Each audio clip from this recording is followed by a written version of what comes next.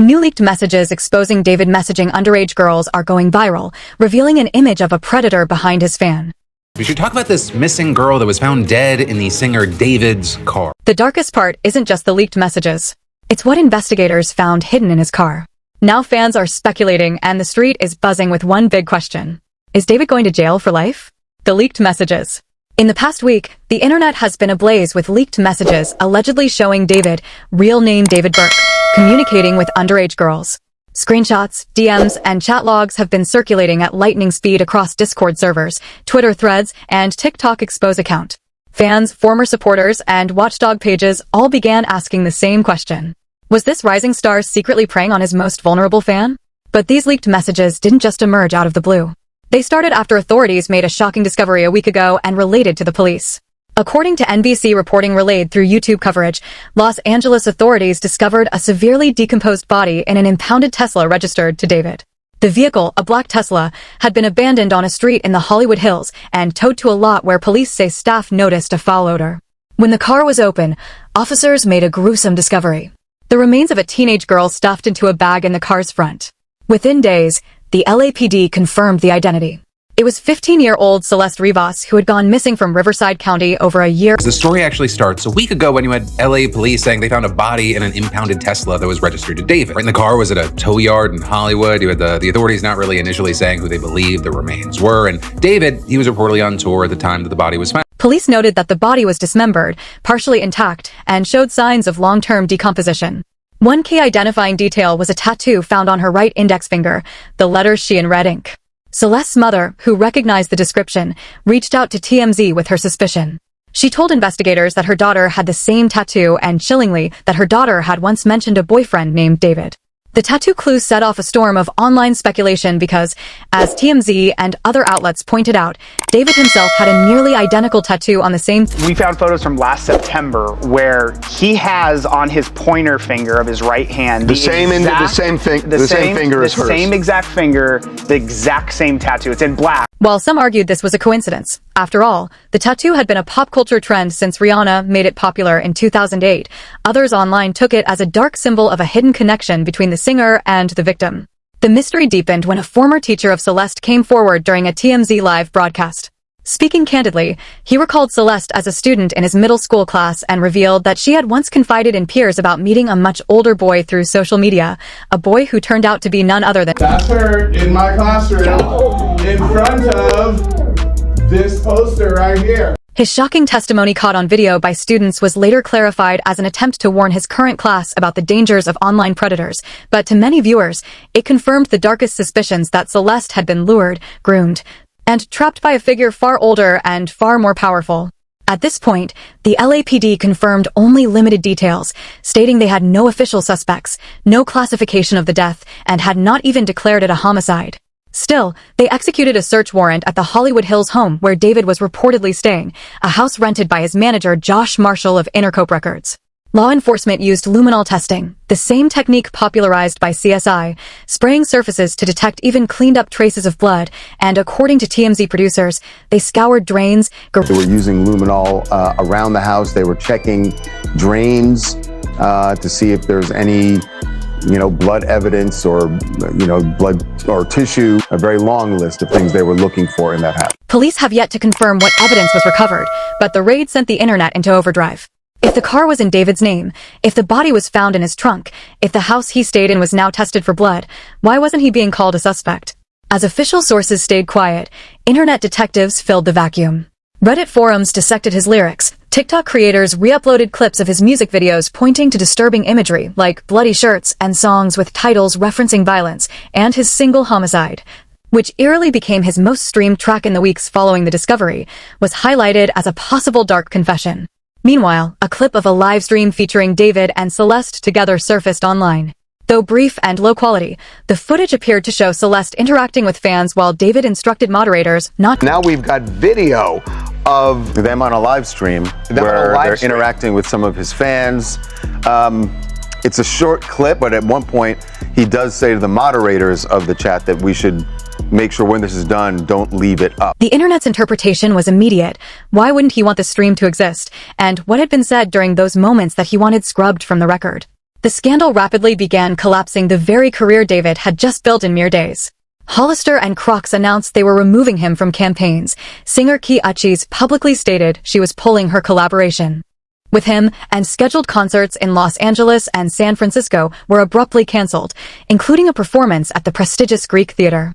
The Grammy Museum removed him from its events roster, and Intercope Records reported already seeing some fallout with brands like Hollister and Crocs saying that they're removing him from ad campaigns. Also, Kali Uchis said that she's going to be pulling her song with him as well, and he also canceled his concert last night, and he's scheduled to perform in LA soon, so we're going to have to see if any of that changes. For a 20-year-old who had only just begun his mainstream ascent, the consequences were immediate and severe, and so within the span of just a week.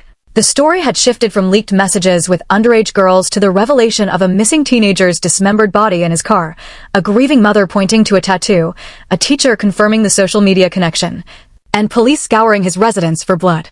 By now, the internet wasn't just asking questions, it was drawing its own conclusions, and the fallout was only beginning, because as we move into this investigation, we'll unravel the contradictions in the reporting, the hidden details of the raids, and the questions surrounding why, even as evidence piled up, David has yet to be officially named a suspect. The investigation unravels. When we left off, the world had just learned that Celeste Rivas, a 15-year-old missing girl, was found dismembered in a Tesla registered to rising star David. The internet was stunned. Brands were pulling away. And police quietly raided the house he was staying in. But in the days that followed, the story only grew darker and far more confusing, because the evidence, the raids, and the mounting coincidences painted one of the most disturbing pictures imaginable. Yet, the police still stopped short of naming David a suspect. So, what was really happening behind the scenes? In mid-September, Los Angeles police executed a search warrant on a Hollywood Hills mansion rented under the name of David's manager, Josh Marshall, who is closely tied to Intercope Records, and this wasn't just a casual sweep. According to TMZ producers speaking on Banfield, investigators brought in luminol, a forensic chemical that glows when it comes in contact with even microscopic traces of blood. They sprayed walls, floors. They were using luminol around the house. They were checking drains to see if there's any blood evidence or, blood or tissue that was in the drains there. So they did a scouring of this house looking for any evidence. The implication was chilling. Police weren't just looking for clues. They were searching for a murder scene, and reports from TMZ's law enforcement sources suggested detectives were especially interested in the plumbing system. Since if Celeste's body had been dismembered in that house, traces of blood, tissue, or cleaning chemicals might still remain in sinks, bathtubs, or it would make perfect sense if they were looking to see where that dismembering happened. To the public, it sounded like a smoking gun was about to be revealed, yet strangely, weeks later, police still had not released what, if anything, was recovered from the home, and different outlets began reporting slightly different angles. Fueling conspiracy theories, NBC coverage relayed by YouTube stressed that LAPD had not even classified the case as a homicide, noting there were no current persons of interest, while TMZ Live segments emphasized the teacher story. The livestream clip and the fact that search warrants require probable cause, suggesting that investigators already believed foul play was involved, and on Banfield, TMZ producer Charles Leadier gave even more gruesome details. Claiming the Tesla had sat abandoned on the street for days, neighbors smelled rotting flesh, and when police... That's when they opened that front hatch on the Tesla and found the bag with the body parts. And they call that the frunk, if I'm not mistaken, in the front of the Tesla. It's like the trunk in the front, so to speak. But that's a really good point of forensic interest, that there was someone who noticed something that didn't smell right when the car was abandoned on that California street. So that would indicate that the body was in there probably prior to the impound lot. The contradictions left fans, true crime communities, and journalists scrambling to fill in the blanks, and at the center of these contradictions was the tattoo clue. Police confirmed the victim had SH tattooed on her finger. Celeste's mother confirmed it was in red ink, and TMZ later revealed that David had the same tattoo in black ink, which to some was just a coincidence, but to others an undeniable bond. Perhaps even a mark of ownership between the singer and the missing girl. Then came the live stream evidence. Video surfaced of Celeste appearing alongside David during a live broadcast to his fans, where in the short clip, she points out comments in the chat and But at one point, he does say to the moderators of the chat that we should make sure when this is done, don't leave it up. The fact that he explicitly wanted the stream deleted sent internet detectives into overdrive, with many asking what could have been said or shown in that moment that he didn't want preserved. Some theorized that the live stream confirmed his relationship with Celeste, while others speculated that fans in the comments were calling out the age gap and forced him to panic and order its removal. Despite all of this, the tattoo, the live stream, the house raid, the car registered in his name, LAPD spokespeople still insisted that David— And we should say that the police have not named a suspect yet.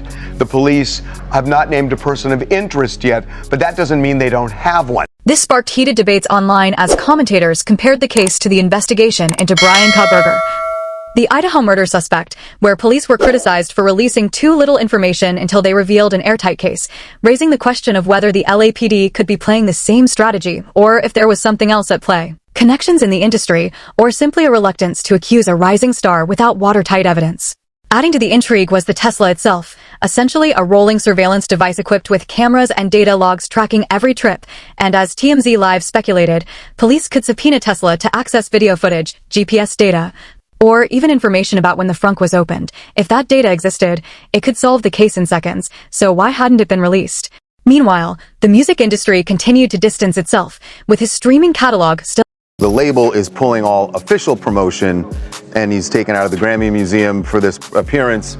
But there's still a lot of publicity around his name and his songs. His streaming. Well, that's not the only thing that's been pulled, though. We also reported this morning that those bloody shirts, the bloody clothings that were a part of his act and a part of some of his songs and the music videos, they're not available anymore. This wasn't just damage control for insiders, it was a message.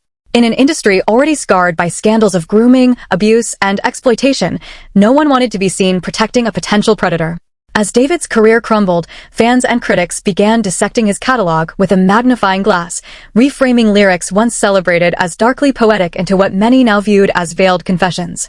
His fascination with blood, homicide, and pain was no longer seen as merely artistic choice, but as possible evidence. Was this creative foreshadowing, or just hindsight bias, with the internet projecting guilt onto art after tragedy? While the internet screamed for justice and fans debated whether he was guilty, innocent, or being shielded by industry connections, one central question loomed: who is David really? The headlines were already damning: leaked messages, a missing girl's body found in his Tesla, suspicious live streams, police raids, and a cascade of canceled shows and brand partnerships. But to understand the full weight of the scandal, you have to step back and trace the rise of David Anthony Burke. Born in Queens, New York in 2005 before moving to Houston, Texas, Burke represented the Gen Z archetype of a self-made star. In his early teens, he lived online, immersed in Fortnite not just as a player, but as a creator, uploading highlight reels to YouTube. Music wasn't his first ambition, but frustration with copyright strikes taking down his videos pushed him to make his own background tracks. That pivot would change everything. With nothing more than an iPhone and a makeshift studio in his sister's closet, he began uploading lo-fi tracks to SoundCloud. The songs resonated. By 2022, he had stumbled into what became his breakout hit, Here With Me, a melancholic, aching ballad that exploded on TikTok, soundtracking millions of videos and climbing charts. Soon after, Intercope Records, the label behind icons like Eminem and Billie Eilish, signed him. In 2023, a crossover collaboration with Fortnite cemented his image as the quintessential Gen Z star, born from gaming culture, validated by TikTok, and coronated by the music industry. Interview. He wasn't just rising, he was soaring. Unlike brash, boastful rappers, David's persona was crafted around quiet vulnerability, a soft-spoken, almost mysterious figure whose songs leaned heavily into heartbreak, loneliness, and the fear of being forgotten. Fans described him as a comfort artist, someone who seemed to feel what they felt, and even his aesthetic, muted tones, gothic visuals, bleeding heart merchandise, fed into the image of a brooding, misunderstood poet, especially resonant for teenagers navigating turbulent emotions. But what once looked like artistry now looked like foreshadowing, lyrics about pain read like confessions, and bloody-themed merchandise, once edgy fashion, was quietly scrubbed from shelves after Celeste's body was discovered. The same traits that made him irresistible now made him terrifying, and the goodwill collapsed overnight. The moment LAPD confirmed Celeste Rivas's remains in his Tesla, headlines flipped, no longer about TikTok's breakout star, but raids, tattoos, and live streams. Brands dropped him. Hollister, Crocs, and singer Kali Uchis cut ties. The Grammy Museum pulled his event, and concerts in Los Angeles and San Francisco were abruptly canceled. For a 20-year-old hailed as the future of alternative pop, the collapse was brutal. Fans, overwhelmingly teenage girls who had written fanfiction, made TikTok edits, and swarmed his concerts with handmade posters, now filled social media with grief and disgust. He sang like he understood us, but he was using us. This is grooming. Plain and simple. Some still defended him, pointing out he hadn't been officially named a suspect, but for most the betrayal was total, the intimacy shattered. Behind the scenes, executives scrambled, knowing the music industry has long been scarred by scandals from R. Kelly to Chris D'Elia to Tekashi 6ix9ine. What unsettled them here was the speed. It wasn't decades of whispers, it was implosion. At the peak of ascent. That raised ugly questions. How much do labels really vet artists? How much do managers know about who their artists interact with online? And how many other rising stars are ticking time bombs? Beyond the industry, the scandal lit a cultural firestorm because this wasn't just about one artist, it was about the structural vulnerability of teenage fans in the digital age. Celeste embodied the danger, just 13 when she allegedly met him online. Her teacher recalled how she ran away to meet him in LA, only to be returned by police, before vanishing again and ultimately ending up dead in his car. For parents, it was a chilling reminder. Online fandoms are not safe spaces. The same platforms that give kids music and community also expose them to predators. For fans, it was a wake-up call. The parasocial intimacy they feel with artists can blind them to danger. And for the media, it was fuel for a broader debate. Should celebrities be allowed direct access to minors via DMs, Discord, or private fan servers? Even without charges, the court of public opinion has spoken. David's name is now inseparable from scandal. Think pieces call him the dark side of TikTok fame. Reddit forums compile exhaustive timelines. TikTok detectives pore over his lyrics. The irony is brutal. The internet that made him famous is the same one dismantling him. One thread, one video, one live stream at a time. So, where does he go? She met this dude on social media. He was a rapper in LA. He came and got her. She ran away from home. She was gone for like a month. The cops found her in Hollywood, brought her back to our school. She came back to our school, kind of told people this story. She disappeared again in May of that year. And then I found out yesterday that she's now dead in that rapper's car, cut into pieces. For parents, it was a chilling reminder. Online fandoms are not safe spaces. The same platforms that give kids music and community also expose them to predators. For fans, it was a wake-up call. The parasocial intimacy they feel with artists can blind them to danger. And for the media, it was fuel for a broader debate. Should celebrities be allowed direct access to minors via DMs, Discord, or private fan servers? Even without charges, the court of public opinion has spoken. David's name is now inseparable from scandal.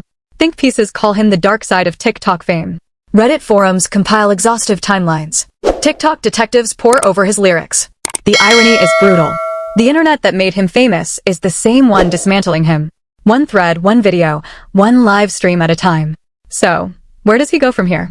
The options are bleak.